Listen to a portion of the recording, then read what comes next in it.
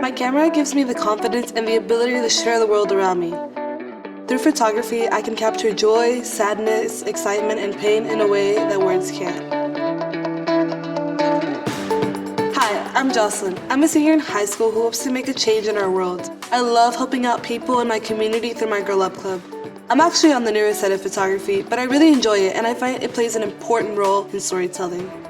As an activist with Girl Up, I find that photography is a great way to raise awareness about issues, and that awareness often causes people to take action. It can inspire powerful emotion and connect directly to a viewer without words. Think of it this way: I can tell you what took place at a rally for peace, but descriptions like "there were a lot of people" or "many held signs" might not really motivate or inspire you. But if I showed you a picture from it, you can understand the magnitude of the energy, you can feel the emotion, and it may even empower you to get involved with the cause. That's the amazing thing about photography. Just one picture can tell a complete story. Sometimes photographers will use photo essays to tell stories. Basically, a photo essay is a series of photos that captures various components of a story or address a specific theme or topic in order to change minds or raise awareness. Like I said earlier, I like helping my community out.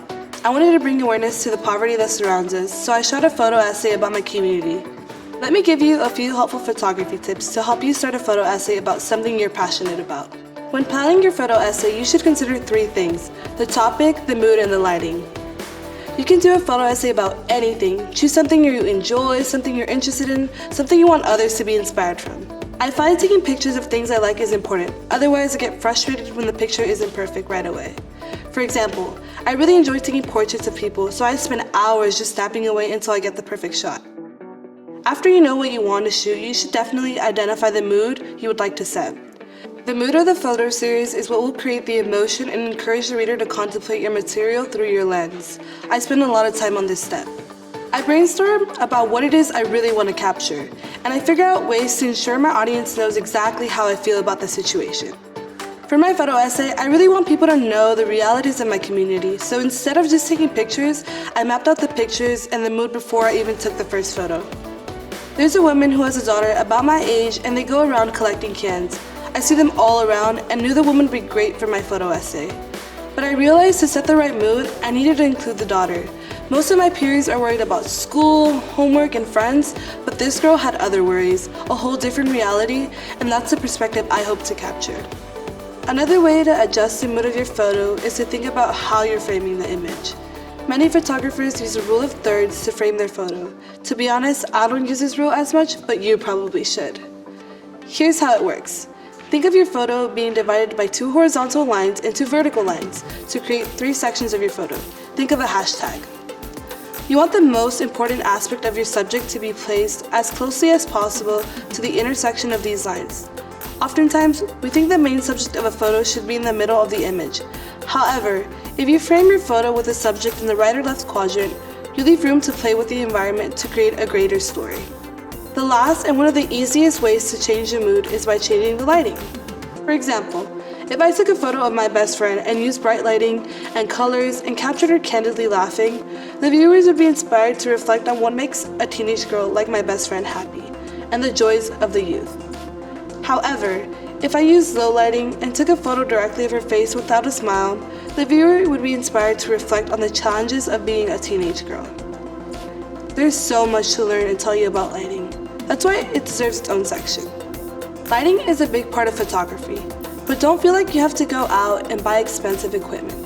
Work with your environment and use the lighting sources around you to get the look you're going for.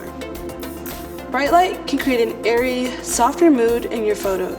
It captures happiness, but low light can be used to conceal pieces of a scene from the viewer to create a sense of mystery. Both bright and low light can be accomplished outdoors and indoors. Personally, I prefer shooting outdoors versus indoors, so I rely a lot on natural lighting. When shooting outdoors, it helps to know your surroundings, know if there's shade close by or if you'll be in direct sunlight, and be conscious of the time of day. A way to adjust the natural light is to change the direction the lighting is coming from and how it hits the subject. There are 5 primary directions of light: backlighting, front lighting, side lighting, overhead lighting, and underlighting. Changing the direction of lighting can create a different effect, so try to take the same photo with all 5 lightings and settle on which one has the emotion you're looking for. I like to experiment until I find the lighting that best fits. Another way to create dimension in your photo is playing with contrast. Contrast isn't just a range of colors in an image, it is a range of colors and features that are right next to each other and their relationship with each other. You can play with contrast by juxtaposing extremely bright colors and dull colors, but try to recognize moments of contrast in your shooting. Beyond colors, maybe it's in the difference in the facial expressions of your subject or a range of textures to their hair or clothes. You can create an interesting photo by highlighting contrasting features and colors and their unique relationships to each other. Don't try to seek perfection. I used to always see these really cool photos and couldn't accomplish them, but I realized it's more about being true to yourself, and as your skills grow, that perspective will grow too.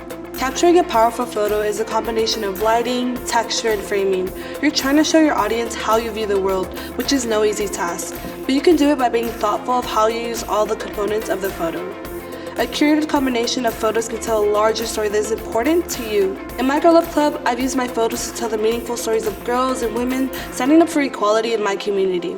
I hope that my photos inspire other girls to take up their own activism about issues they care about.